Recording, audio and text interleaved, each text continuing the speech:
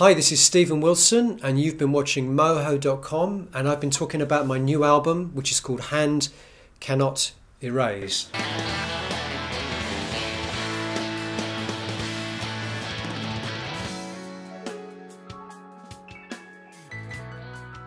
It's basically a story about a young woman, and well, just in a nutshell, it's a story about a young woman growing up who feels an increasing sense of isolation from the rest of the world, and she goes to live in the heart of a very large city, and she effectively disappears. I don't mean literally, but she effectively becomes completely isolated and effectively erases herself from the world. And not because she doesn't have friends or she doesn't have the opportunity to have friends, but because she feels more comfortable being alone than she does in the company of other human beings. And she becomes more and more isolated, and to the point that she effectively disappears. And the story is, I think, based partly on two things. Firstly, a story that was in the news a few years ago about a woman called Joyce Carol Vincent, who is a real life story. It was a woman who was found dead in her flat in London, and she wasn't discovered for 2 years. She passed away, and then it was 2 years before her body was discovered, more than 2 years, which is an extraordinary thing in itself. But what was even more extraordinary about that story was that she was not a little old lady, little lonely old lady. She was a very young, beautiful, popular woman. And for whatever reason, she passed away in her apartment, and no one missed her. No one missed her for more than 2 years. That story in itself, that true life story in itself, was a big inspiration to my character, my story. Although my character doesn't die, but in my stories it's not quite as depressing, but that was a very important inspiration. And the second inspiration came out of that in a way, which is I started to think about, now you see, the thing is, I lived in London for about 20 years. I lived in London, and I suddenly thought to myself, there's something about living in a major city. The bigger the city, in fact, the more true this is, in the 21st century, in the modern technological world, that makes it very easy to disappear. And I thought to myself, well, I lived for 20 years in London, and I never knew the names of my next door neighbours. I didn't know what they did, I didn't know their names, and yet I lived next door to them for 10 years or something. And I just thought that's something very peculiar about living in the city, living in the metropolis. Because I moved about 5 years ago. I moved out of London, not far, 20 miles. I moved 20 miles north of London. I live in a small town now outside of London. And within a week of moving, I knew all my neighbours, I knew the name of my postman, I knew the name of the checkout girl at the this is extraordinary. I live in London for 20 years and I don't know any of these people. And it brought it home to me. There's something specific about living in the metropolis that encourages people to be paranoid, to be isolated, and to be very invisible. And so I wanted to write an album about such a person and how this could happen. Mixtapes. Dead Can Dance. Filled. I do like a challenge. You know, I like to have a challenge when I make a new record, and every time I make a new record I kind of try to find a new approach. And this time the new approach was, I'm going to write from a female perspective, and I need to have a female presence on the record, you know. So I need to have a female singer. I have a female actress on one track who reads a story. I have the choir boys, who again have a very feminine, you know, quality to the way they sing. So your question about how did I approach the writing, I tried to put myself in in the character. And I think a lot of the character, a lot of the things in the story and in the lyrics and in the special edition and the blog and everything, a lot of those things I'm talking about, it's me, of course, it's me. And so it, you know, as I said, I did live in London, so I have a lot of memories and I have a lot of experience, and I put those things into the story and the lyrics. But of course, a female perspective is very different to a male perspective. So that was the challenge. The simple answer is, how did I do it? I don't know, and I don't know if I was successful. I don't know if I mean, I guess a lot of women now will listen to this record and they'll tell me if I was successful or not. I don't know. Maybe it's completely unconvincing, but it certainly was a challenge to try to think, you know, in terms of a young woman as opposed to an old man like me or a middle-aged man like me. Time will tell if I was successful or not.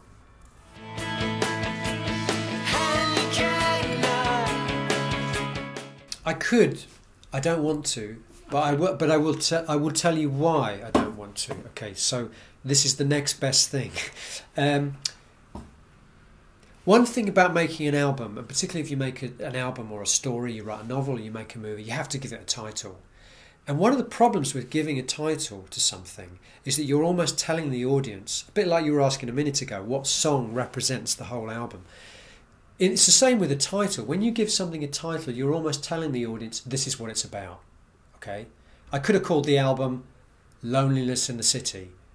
But I'm telling the audience, this is what the album's about. Don't think it's about anything else. It's only about that. And then, unfortunately, when you give a title to anything, you are by definition telling the audience what it's about. Now, I like the title Hand Cannot Erase because it's not clear actually what it means. And I don't want, it does have a meaning to me, but I don't want to explain it too clearly, except to say that the important word, or the key word in the title, is the word erase. This idea that someone attempts to erase themselves from the planet, from life, just become invisible. And that is as much as I want to say about the title. Makes us strong. I liked being in a band for a period of time, and then I didn't. Things change. You know, things change is the simple answer to the question. For nearly 20 years, Porcupine Tree was the project that I wrote most of my songs for, and it was a band, and it had a style, and it had a kind of brand to it, and people had a certain idea about what kind of music that band would make. And then I think at the point that people had this idea about what kind of music Porcupine Tree made was the moment that I got bored with the idea of being in a band, because there was an expectation that Porcupine Tree, the day that people started to talk about Porcupine Tree as being a progressive metal band, I thought, I can't do this anymore. I don't want to be a generic, you know what I mean? I don't want to be in a genre. If people have this idea that Porcupine Tree, and lots of people did think we were a prog metal band, and I thought, I don't want to do this anymore, and I have to do something different. And so that at that point, I think I fell out of love with the idea of being in a band, and I wanted to set on a new path where I felt I could do different things with every album. And I have done that. I've made four solo records now, and each one has been quite different. And I think people are not quite sure what to describe. I mean, people say I'm progressive rock, but even progressive rock, everybody has a different idea about what progressive rock is. So I don't mind that. You know, it's more ambiguous. And I like the fact now that I can evolve, I suppose, much faster. And I can change things around much easier. I can change musicians. I can work with different musicians. If I want to make my next album with a gamelan orchestra, or I want to form a country and western band, and by the way, I'm not saying I'm going to do that, don't worry. But you know, the point is that I can do that. You can't do that in a band. In a band, you are, in the case of Porcupine Tree, there was 4 people, and we were 4 individuals represented by 4 different personalities, and there was this little bit in the middle where those 4 circles crossed over, and that was the music we made. But there was all this other stuff for all of us, not just for me, for each of the 4 of us. There was all this other stuff that was in our personality that we couldn't do in Porcupine Tree, because we could only find this very small area that we all agreed on. This is the kind of music we want to play. And that gets a bit boring after a while, particularly when the audience start expecting always more of the same. And I think I felt with the last album we made, certainly for me as a writer, I felt I was beginning to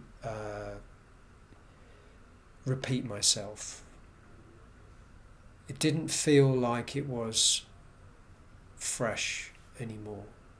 And I thought, this is the time I need to change. I need to step up and do something different.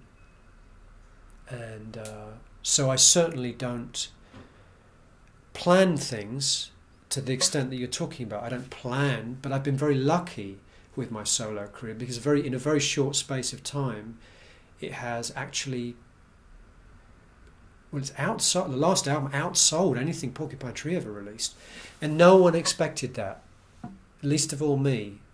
Everyone said to me when I went solo, you're going to lose 80% of your audience. And actually the opposite has turned out to be the truth. And so that's amazing, but I didn't plan it that way. I guess I'm just very lucky. Or my fans are more open. Most of my fans are more open to where I go musically.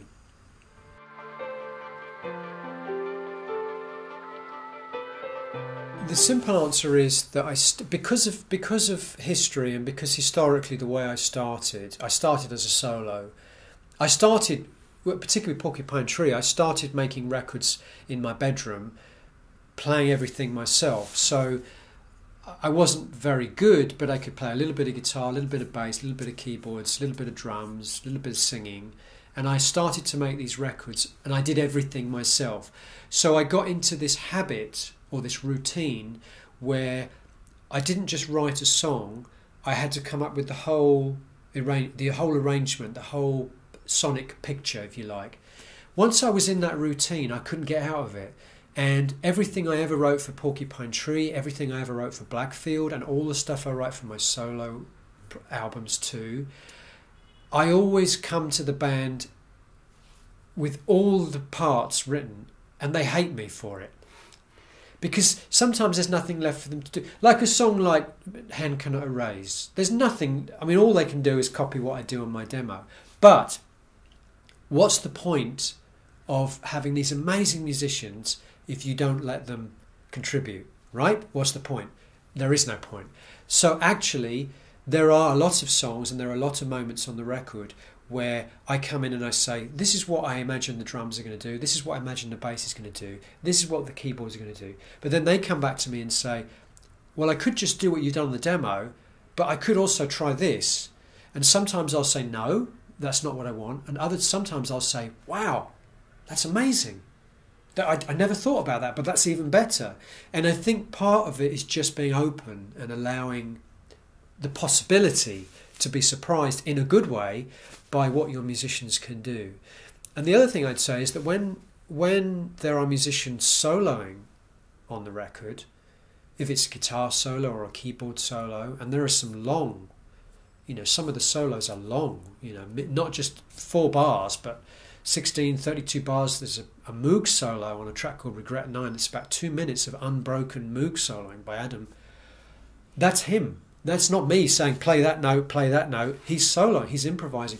So those solos are completely them speaking in their own musical voice and me embracing that and saying that's fantastic, which it would be foolish for me to work in any other way, because these guys are world-class musicians. What would be the point of me telling them just to do what I could do myself? No point.